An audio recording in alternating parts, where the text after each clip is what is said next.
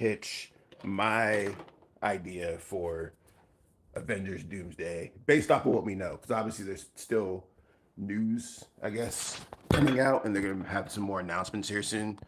But I figured, based off of what's just been announced, I'm going to go ahead and give you all my pitch.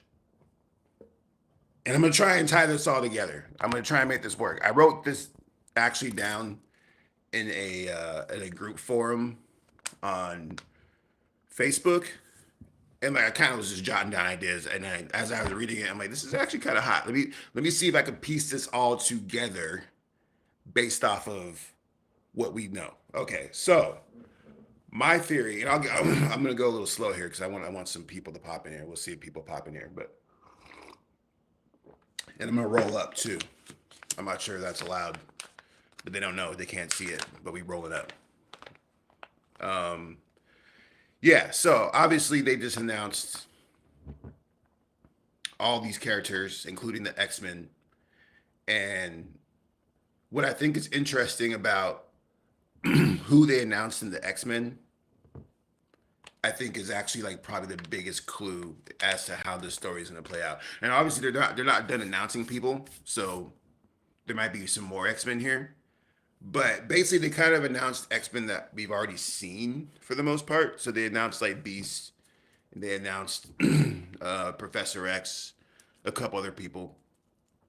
And what's interesting about them casting Beast is the fact that, and I haven't seen the movie, but I actually had to read the plot of the Marvels real quick to make sure that this was accurate before I dove into this theory.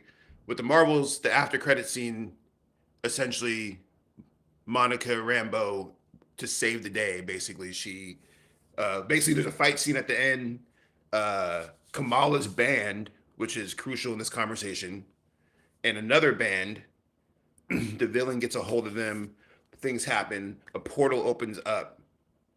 The dimensional rip happens. Monica goes into the portal and closes it from the opposite side.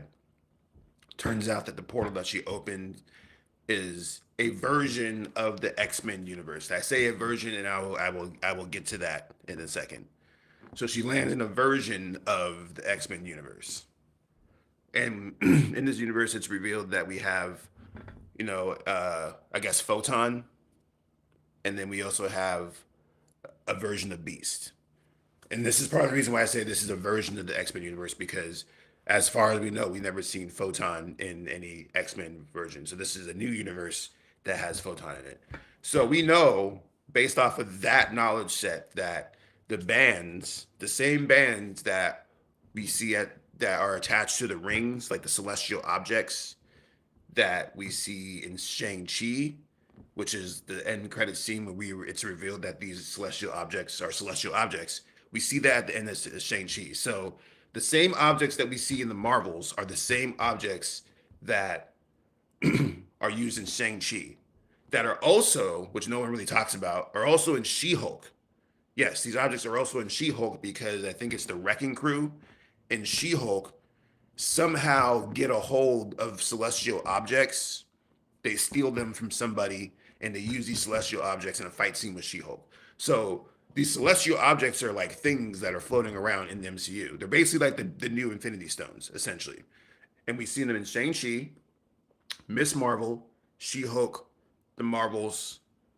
I haven't seen the Eternals. I'm not sure if the celestial objects are in Eternals. If they are, let me know. I haven't seen it. I have to go read the plot.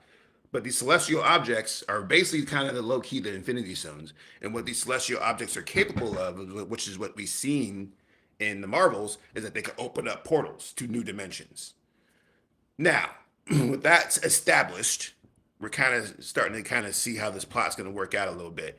I would not be surprised if we saw or if we see some form of celestial like object that Reed Richard uses to travel to a new dimension. Perhaps he gets to the dimension that they're in the Fantastic Four movie. They could have gotten there the same way that Monica Rambeau got to her dimension, via a celestial object that opened a portal. the Fantastic Four get sucked into this object, and then all of a sudden they're trapped in this new dimension, just like Monica Rambeau. So we're already kind of seeing this pattern develop in terms of how these celestial objects are going to play a role, which is interesting that they did say that Shang-Chi is going to be in this movie, because I think Shang-Chi is actually one of the most important factors of this, because he has the 10 rings. The 10 rings are one of the celestial objects. These celestial objects, if used in a certain way, can apparently open portals. So, like I said, basically they're kind of redoing the Infinity Stones in a way. Like before, like you have the Infinity Stones and all these different entities had them. But now what I think they're doing is that they're basically replacing the Infinity Stones with celestial objects. So now we can use celestial objects. These celestial objects can now open up portals to different dimensions. We've seen this in the Marvels so far. It's hinted at in other movies. So now let's get to Doom. Now, how does Doom play a role in all this? So my theory, in terms of how Doomsday is going to play out, it's already going to be established that Doom's evil. We're not going to get any type of origin story on Doom, which I think is good. He's already going to be evil. I think he may already be multiversing. Now, will we see him in Fantastic Four? My guess is no, we will not.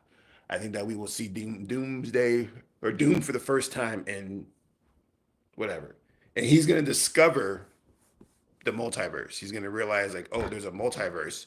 And maybe he's already the most powerful person in his current universe. Maybe he's already the master of that universe. Maybe he's already dominating in said universe. Maybe this is where we get some of these rumored cameos, like evil Chris Evans and evil Black Widow and all these rumors that are popping up, right? Maybe he's already in this universe, ruling this universe, and he wants to take over the multiverse. He discovers that the multiverse exists. So now he just realizes that if he collects celestial objects or whatever, he can use these to hop to different universes. Now, I believe that what's going to end up happening is that perhaps in his universe or whatever universe he's in, he's going to acquire celestial objects or find a way to get to the X-Men universe, the one with Monica Rambeau in it and Photon, the one that we saw in the Marvels, which, like I said before, is different. And the reason why I say it's different is for a variety of reasons. Photon is in there, and this Gambit, the Channing Tatum that we got announced, is going to be that universe's Gambit. He's going to belong to that universe. So that's why Channing Tatum was being announced. The Doomsday is going to go to the Monica Rambeau and the Marvels universe. He's going to mess some crap up over there, probably destroy that universe because he's chasing the celestial objects. He might even be chasing after Monica because Monica has information about the celestial objects. So he's going to go to the X-Men universe. He's going to probably destroy it. Maybe he possesses them. I don't even know. But he's going to go to the X-Men universe.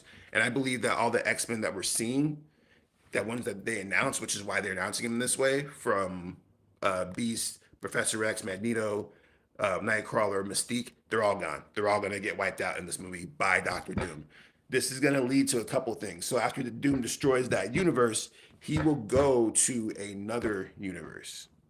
Whatever universe. He's going to start universe hopping because he's going to be collecting these celestial objects. His whole goal is to destroy the multiverse. This is where Loki comes into play because Loki, his whole thing right now is that he's supposed to be watching over all these universes to make sure that things are going cool. Like he's now the guy who runs the show, right? And they already had defeated the previous threat with Kang. And maybe they show that some way so they can wrap that up and put that in a little bow on that. But Kang is defeated. Loki's the god of stories. He's chilling, minding his own business, minding the stories and minding the timelines. But then he realizes he sees what's happening. Now, this could lead a couple of different ways. I think that if they wanted to make it suspenseful, probably what they would do is they would have, well, let me continue my picture. So basically what's going to happen is that Loki's going to realize that things going down, but he can't do anything. He's Loki. He may be able to pop into the timelines, but in terms of actually being able to manipulate the timelines, he's actually not able to do that because he's holding so many timelines. And there's going to be some kind of weird excuse being like, if Loki interferes with any of these timelines, is going to destroy the whole multiverse. Something like that. Something goofy like that. So after Doomsday defeats whatever, gets the information from Monica, maybe Monica dies or whatever, he then goes to 616 / the Sacred Timeline. Now, currently, the way the Sacred Timeline is set up, there's no like real Avenger squad there, but there are the Thunderbolts. And with the Thunderbolts, which the movie's coming out pretty soon, they're already kind of being billed as the new Avengers. And we don't know how this movie's going to play out, but my theory is that the movie's going to end with them saving the day, whatever day it needs to be saved, and they're going to be considered the new Avengers. And I think the twist is going to be is that they're going to be led by Anthony Mackie. People are theorizing that Anthony Mackie's going to go form New Avengers, but Anthony Mackie's already in the system. He already like defeated the president, Red Hulk or whatever, and he's already known. He's probably the most famous Avenger in America at this point because the rest of them are off planet or doing other things. So Anthony Mackie will probably actually end up leading the Thunderbolts, and I think he will lead them in a battle against Doom. Doom will invade the Sacred Timeline, and from there, once he invades the Sacred Timeline, the Thunderbolts will be the first line of defense. The Thunderbolts, led by Anthony Mackie, will be the first line of defense. Now, Sentry, who is also announced in this film, I don't know how that's going to play out. We have to watch the Thunderbolts, obviously, because with Sentry, we assumed that he was going to be the main villain of the Thunderbolts movie based off of what we know about Sentry, but maybe he's not yet, right? Maybe he actually is just like a dude. Maybe his powers awaken at the end of Thunderbolts. That's possible. But Sentry's announced in this film too. I think that there's going to be a major battle between the Thunderbolts and Doomsday's people, whether it's like Dark Avengers or whoever he's got on his team rocking with him. There's going to be a major clash. The Thunderbolts will lose. They will lose very badly. This will lead to Doomsday basically taking over that timeline, maybe even destroying that planet. I don't even know how that's going to play out, but Doom's gonna win at the end of that battle. This is gonna lead to Anthony Mackie going to Wakanda. Yes, Wakanda, because it makes the most sense. His armor's from Wakanda. As far as Anthony Mackie knows, Wakanda's his best backup in this entire situation if the Thunderbolts fail, right? So he would go to Wakanda and he would team up with female Black Panther, whoever's over there, and they would come up with a plan of some sort. Since female Black Panther is the smartest in the world, maybe she figures out the whole thing about the Celestials. Maybe she figures out the whole thing about the multiverse, and that leads to them kind of forming a plan. Meanwhile, Doomsday, after Doom attacks Sacred's timeline, and all this happens, it's a major event. Kamala Harris, or not Kamala Harris, Miss Marvel, Kamala, is basically just like, oh, damn, I should probably go and form that Avengers squad that I said I was going to form at the end of the Marvels. Because at the end of the Marvels, the end credit scene is her linking up with Hawkeye and being like, hey, we should be forming the Young Avengers. So after Doomsday attacks Sacred Timeline, she's like, and then she sees that the Thunderbolts get wiped out. She's like, oh, snap, I need to go ahead and form my squad. I need to get the squad together. So she goes and she gets Hawkeye, or female Hawkeye. She gets Wiccan. She gets a couple other people. We figure out who those people are later. I don't know. Maybe Spider-Man, because Spider-Man will be around and he would actually probably be one of the most prominent people around. So maybe she recruits Spider-Man. She puts together her own Avenger team, right? Meanwhile, in the other X-Men universe, the remaining X-Men, the ones that we haven't seen yet, so we're talking about like Rogue, Wolverine, I don't know. Wolverine's up in the air. We're not talking about Wolverine yet, but Rogue, Colossus, Iceman, Jean Grey, who else is in there that I haven't thought about? All these different people that we haven't seen that are from the original X-Men movies, they realize what's happening. They're like, oh snap, Doom just came and just killed all the X-Men, killed Beast, killed Professor X, killed Magneto. What are we about to do? It's about to go down. Now, Doomsday is over here destroying all these different universes. But then what's going to end up happening is somehow, some way, some Doom's going to either mess up or something's going to go wrong or something. Maybe this is where Sentry gets involved. And that's going to lead to him destroying all the universes. Now, Loki's like tripping because he's like, oh man. And what's left is Battleworld. And so now what we have is like this void where Doomsday is running. Doom is in control of this void because he's the most powerful entity out there right now. Doom's in control of the void. You have the X-Men universe. You have all these different universes that are basically kind of thrown into this situation because Doom destroyed the multiverse. Maybe he even kills Loki. that would be the plot twist, is that maybe at the end of the movie, as Doom is destroying these multiverses, he realizes that, wait, there's a faster way to do this. I can just go straight to Loki. If I find Loki, if I find the God of Stories and I take out the God of Stories, then I destroy the entire multiverse and the whole thing is mine. And I can just reset the whole plate. Right. Now, that's basically the move. That's basically how Doomsday will end. Would be like with him destroying the multiverse. We have Battle World established. All these different heroes are now thrusted into and forced into that. Maybe the worlds collide into where all they're all just there, right? And they have to kind of figure out how they're going to defeat Doom together. Now, I haven't quite figured out how the Fantastic Four plays a role in all this because we haven't seen the Fantastic Four movie yet. We don't know if Reed Richards even knows Doom, right? Doom might not even exist in the Fantastic Four. We don't even know. This has not been confirmed. They have not said that he's been cast the way that.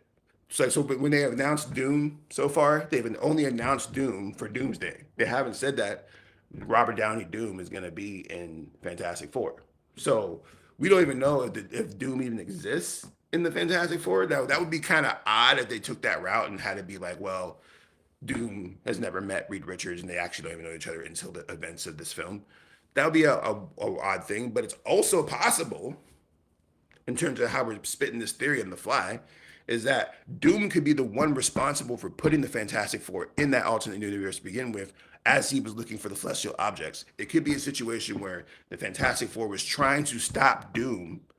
This is an older, more mature Fantastic Four. Keep this in mind, because you know they got old ass Reed Richards. They're already established, so they've been doing stuff for a while. And it could be in the previous universe with Doom that their confrontation was Doom acquiring a celestial object and banishing them into that dimension. Like Doom was the one who caused that. So that would be actually the most interesting way to introduce Doom. Would be like Doom is the one in the reasoning for that. Now Galactus, who is the villain of this, how does that play a role? I don't know. I don't necessarily think that Galactus should be the big bad. I think that if they really want to do something, it could be a situation where Doom's whole thing could be something where he's like, I've been trying to stop Galactus this whole time, bro. And y'all wouldn't let me. Like, he already came to this universe and I stopped him or whatever. And I had to banish y'all to another universe because y'all wouldn't help me. So now what I'm going to go do is I'm actually going to go stop all these celestials. I'm going to go collect all these celestial objects. I'm going to go and get all the universes that I need to do. And I'm going to go ahead and stop this from happening. And I'm going to become the ultimate emperor of the multiverse. F Loki, he's not doing his job. He's just sitting there watching all this happen. I'm going to go do something about it. That's like a Doom mentality, is that Doom would see a problem and be like, I'm going to go fix this. How I ready to fix this? If y'all aren't going to help me, then you need to get the F out.